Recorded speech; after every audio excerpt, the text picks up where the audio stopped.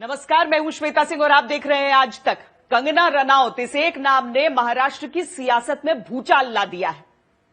यूं तो शिवसेना की बीएमसी ने बुलडोजर चलाया कंगना के दफ्तर पर, लेकिन कंगना ने जो जवाबी बुलडोजर चलाए हैं, किसी के पास कोई जवाब नहीं बच रहा है। जिस तरह की पूरी परिस्थितियां हैं, जिस तरह की पूरी तस्वीर आज है, वो सिर्फ और सिर्फ यही कहती है कि आज बॉलीवुड हो या फिर सियासत हो, एंग्री यंग वुमन सिर्फ कंगना रनौत है। अन्याय हुआ है उसके बारे में बात की। मैं ये उम्मीद करती हूँ कि मुझे न्याय मिलेगा। अगर किसी को लगता है कि मुझे तमाशा ही करना है किसी व्यक्ति को महाराष्ट्र में, तो करते रहेगा, उसके पीछे हम क्यों भागे। बॉलीवुड की पंगा गर्ल की सौगंध है। आज मेरा घर टूटा है, कल तेरा घमंड टूटेगा। बोलत नाही याचा अर्थ असं नाही की माझ्याकडे उत्तर नाही, पण एक मुख्यमंत्री पदाच्या खुर्चीवरती बसलेला आहे, त्याला साजेसं काम आपल्याला करावं लागते। ये सिल्वर स्क्रीन की क्वीन का चैलेंज है कि जो मिट्टी है वो ऐसे ही खून से सींच कर इस देश की जो गरिमा है और अस्मिता के लिए न जाने कितने लोगों ने अपनी जान दी है, और हम भी देंगे इसकी। अगर धमकी का सही मायने में अगर आप डेफिनेशन देखना चाहते हो तो आप डिक्शनरी खोल दीजिए। आप एक राज्य की बदनामी करते हो, एक राज्य के पुलिस को माफिया करते हो, माफिया बोलते हो, और उसके बावजूद आप उसी पुलिस के संरक्षण में घूमती हो। ये हौसला ऐसे ही नहीं आया है, इसके पीछे नन्हे पंखों की ऊंची उड़ान है। इनकी चिंता होती है, वही चिंता थी उनकी कि इनका एक स्टेबल फ्यूचर। कैसे मनाया आपने? मैंने मनाया तो नहीं उनको, लेकिन मनाने की कोशिश की, लेकिन मना नहीं पाई मैं उनको।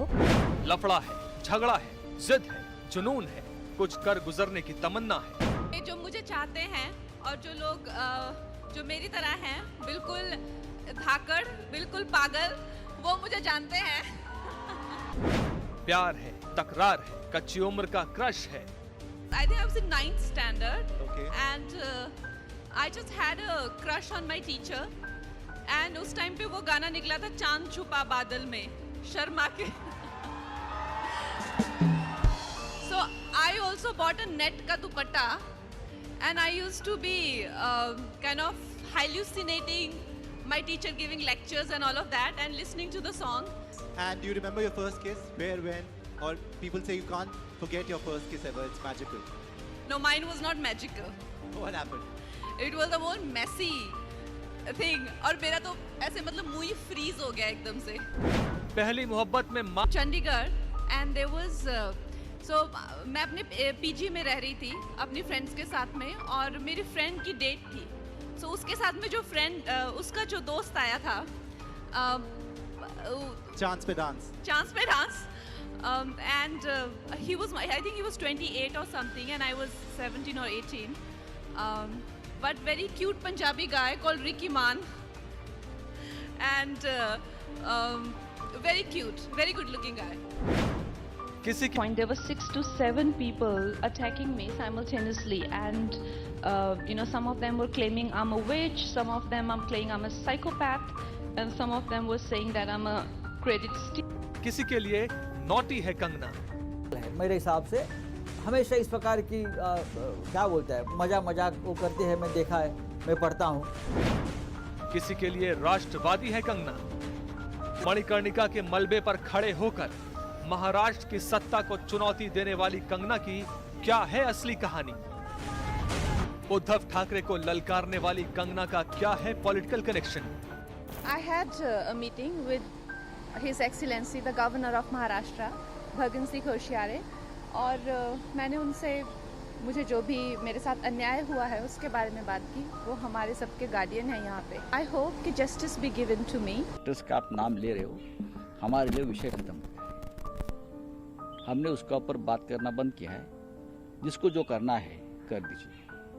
हम सुनेंगे, हम बोलेंगे नहीं, लेकिन हर बात का हम नोटिंग करेंगे। आज हम कंगना के संघर्ष की वो अनसुनी कहानी सुनाएंगे जिसने कंगना को बॉलीवुड की पंगा क्वीन बना दिया। कंगना आज की नई क्रांति गर्ल हैं।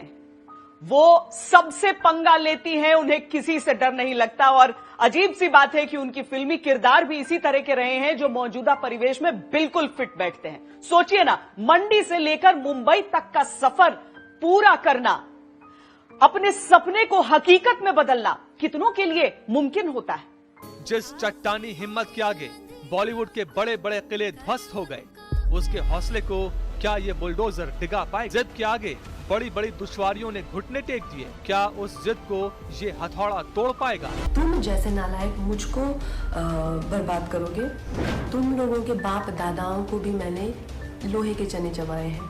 बॉलीवुड के इस फौलादी हौसले का नाम है कंगना रनौत। पंगा गर्ल के नाम से भी जानती है। कोशिश तो करने दे यार। जिस चीज को लेके अब घर से निकले थे और इतना संघर्ष किया है, चाहे वो परिवार के साथ हो, चाहे वो बाहर हो, चाहे वो करियर में जो एक नेचुरल स्ट्रगल होता है, या वो खुद के साथ हो चीज़ों को सीखने का, तो इस चीज़ में अब जैसे आप कह सकते हैं कि एक तरह से ज़िंदगी लगा दी है, तो वो जुनून कहीं ना कहीं है तो बिल्कुल ईमानदारी से है तो है, क्योंकि उस चीज़ को लेके पूरी लाइफ डेडिकेट कर दी। जिंदगी के हर दौर में कंगना ने सच के लिए पंगा लिया। जब वो कुछ नहीं थी तब भी, आज जब वो बॉलीवुड की क्वीन है। हमें आपसे कुछ नहीं चाहिए, हमें आपकी फिल्में नहीं चाहिए, लेकिन जो हम खुद करते हैं आप हमारे एक्नॉलेजमेंट क्यों नहीं हमें देते हैं? मुझे इनकी फिल्में, मैं जो खुद फिल्में डायरेक्ट करती हूँ, उनको सुपरहिट फिल्मों को ये फ्लॉप घोषित करते हैं। मुझ पे 6 केसेस क्यों डाले गए? क्यों मुझे जेल में डालने की कोशिश की गई? और मुझे इनके जो चमचे जर्नलिस्ट हैं, वो सुशांत जैसे लोगों पे जो ब्लाइंड आइटम्स लिखते हैं कि वो साइकोटिक है, न्यूरोटिक है, एडिक्ट है। संजय दत्त की एडिक्शन तो आपको बहुत क्यूट लगती है। सुशांत के लिए आवाज उठाना इतना महंगा पड़ेगा, कंगना ने कभी सपने में भी सोचा नहीं। ऑफिस मणिकर्णिका को बीएमसी ने जमींदोज कर दिया, उनके खिलाफ एफआईआर तक दर्ज हो। उद्धव सरकार के खिलाफ कंगना ने हल्ला बोला तो उद्धव ठाकरे ने इशारे ही इशारे में कंगना को नसीहत तक दे दी। तूर्त मी राजकारणाबद्दल काही बोलणार नाही, पण राजकारणाबद्दल आणि एकूणच महाराष्ट्राच्या बदनामीचा जो काही डाव आखला जातोय त्याच्याबद्दल एकदा मात्र मी जरूर मुख्यमंत्री पदाचा मास्क हा थोडा वेळ बाजूला ठेवून आपल्याशी बोलणार आहे। मुंबई में आइए, आप महाराष्ट्र में आइए, आप काम करिए और मुंबई और महाराष्ट्र को अपना मानिए। लेकिन कंगना यही नहीं रुकी, वो शिकायत लेकर राज्यपाल भगत सिंह कोश्यारी तक पहुंच गईं।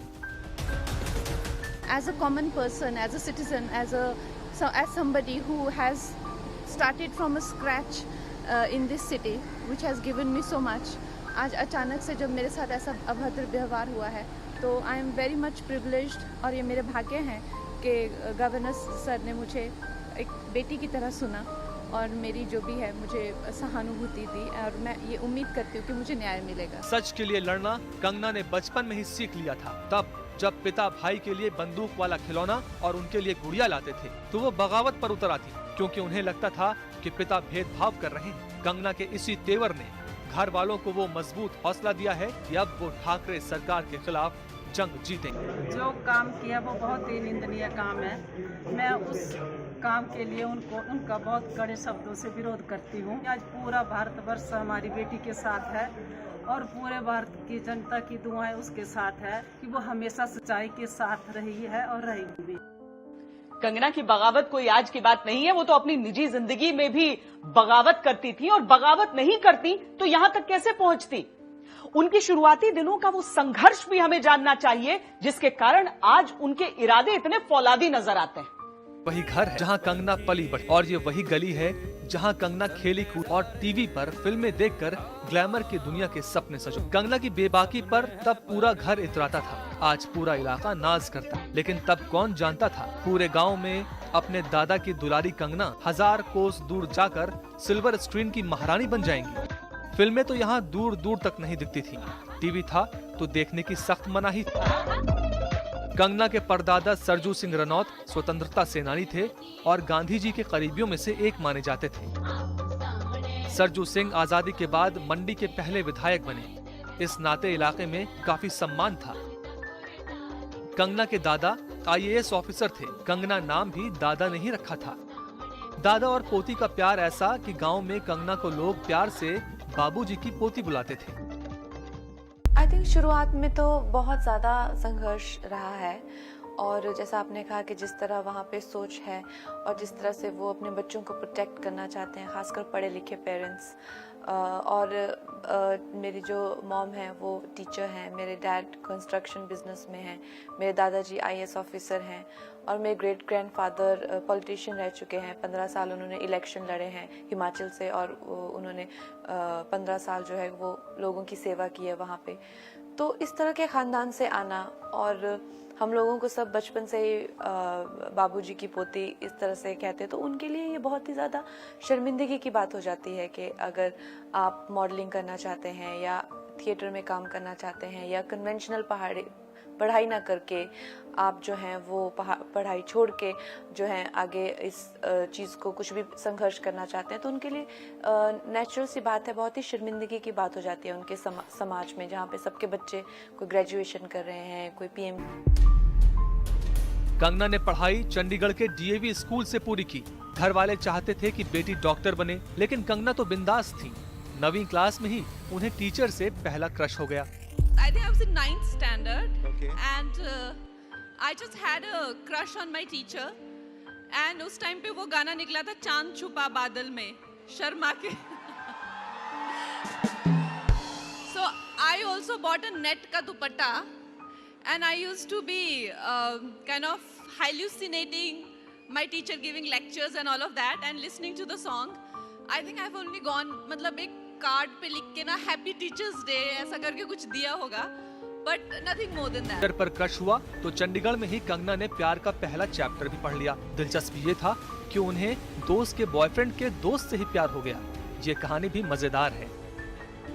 आई was in Chandigarh and there was मैं अपने PG में रह रही थी अपनी फ्रेंड्स के साथ में, और मेरी फ्रेंड की डेट थी।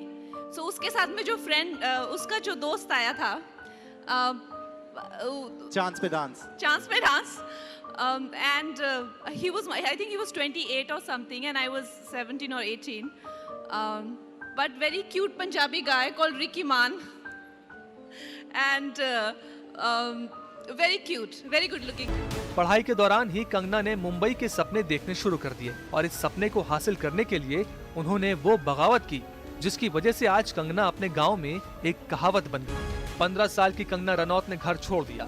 पिता की नाराजगी, माँ के आंसू और दादा दादी का दुलार। मॉडल बनने का ख्वाब लेकर कंगना चंडीगढ़ से दिल्ली पहुंची थी, लेकिन उस समय उन्हें बहुत बेसिक चीजें मालूम थी उस पूरी इंडस्ट्री के बारे में। बहरहाल उन्होंने अपना एक पोर्टफोलियो बनवाया। पोर्टफोलियो में उनके जो घुंघराले बाल थे वो उनका प्लस पॉइंट बने। दिल्ली में कंगना की एक्टिंग में एंट्री भी बाई चांस हुई। मॉडलिंग के साथ कंगना ने अस्मिता थिएटर ग्रुप ज्वाइन किया था, लेकिन काम मिला नाटक के दौरान फ्लोर संभालने का। कंगना की चाहत एक्टिंग की थी, लेकिन 5-6 महीने मंच के पीछे ही गुजर गए। कंगना को एक छोटा सा रोल मिला था, मगर उस दिन संयोग ये हुआ कि सीन शुरू होने तक नाटक का एक कलाकार नहीं पहुंच पाया। तब डायरेक्टर अरविंद गौड़ ने उस लड़के के रोल में कंगना को मूंछ लगाकर मंच पर भेज दिया। स्टेज पर कंगना की शुरुआत हुई डबल रोल से। किसी को यकीन नहीं होगा, फिल्मों का सपना लिए कंगना जब मुंबई पहुंची तब उन्हें ठीक से अंग्रेजी तक बोलनी नहीं आती थी। So you've been the driving... Mumbai में कंगना के लिए मुश्किलें और भी थी। एक तो फिल्मी दुनिया के लिए आउटसाइडर और एक्टिंग के नाम पर अनुभव सिर्फ दिल्ली के अस्मिता थिएटर ग्रुप के कुछ नाटकों का। थिएटर वर्कशॉप में जब उसमें हमारी सभी एंट्री बंद हो चुकी थी तो उसमें उसने लेट ज्वाइन किया था, तो उस समय मैंने कहा कि अब हमारे पास जगह नहीं है, तो उसने जिद की कि मुझे थिएटर करना है, मैं बहुत दूर से आई हूँ, और उसको ले लिया। ये जानकर हैरानी होती है कि जिस फैशन के फिल्मी कैटवॉक को देखकर प्रोफेशनल मॉडल्स भी दंग रह गए, उस कंगना को फैशन वर्ल्ड और कैटवॉक का काखागा तक नहीं आता था। कंगना बताती हैं ये उन पर बिपाशा बसु और फिल्म जिस्म का असर था। उस दौर में कंगना का ये पसंदीदा गाना हुआ करता था। फिल्म में बिपाशा के लुक ने ऐसा लुभाया कि कंगना को फैशन की हवा लग गई। सुशांत सिंह राजपूत की मौत के बाद कंगना रनौत ही थी जिन्होंने पहली बार नेपोटिज्म का मुद्दा उठाया था। दरअसल कंगना भी एक आउटसाइडर थी, बाहर से आई थी, बड़ी मुश्किल उन्हें इस फिल्म इंडस्ट्री में हुई थी। कंगना रनौत जब मुंबई आई थी तब कोई उन्हें यहां पर नहीं जानता था। आज करोड़ों दिलों की धड़कन वो बनी हुई है। ऐसा लगता है समूचा देश उनके साथ खड़ा हुआ है इस पूरे संघर्ष में। लेकिन तब जब वो अपनी पहली फिल्म करने वाली थी तब तो उन्हें उस फिल्म से भी निकाल दिया गया था।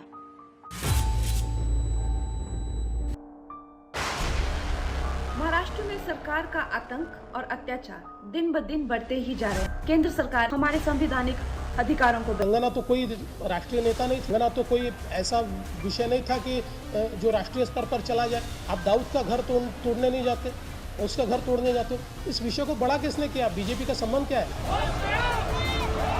अब मेरी बेटी ने सच्चाई का साथ दिया है तो पूरा भारतवर्ष में शिवसेना एक प्रतिशोध की भावना में आकर के, बदले की भावना में आकर के एक महिला को, एक अभिनेत्री को बिना वजह परेशान कर रही है। पंगा क्वीन कंगना को लेकर आज मुंबई में सियासी भूचाल आया हुआ है। 14 साल पहले जब कंगना ने मायानगरी में कदम रखा था तब उन्हें कोई जानने वाला तक नहीं था।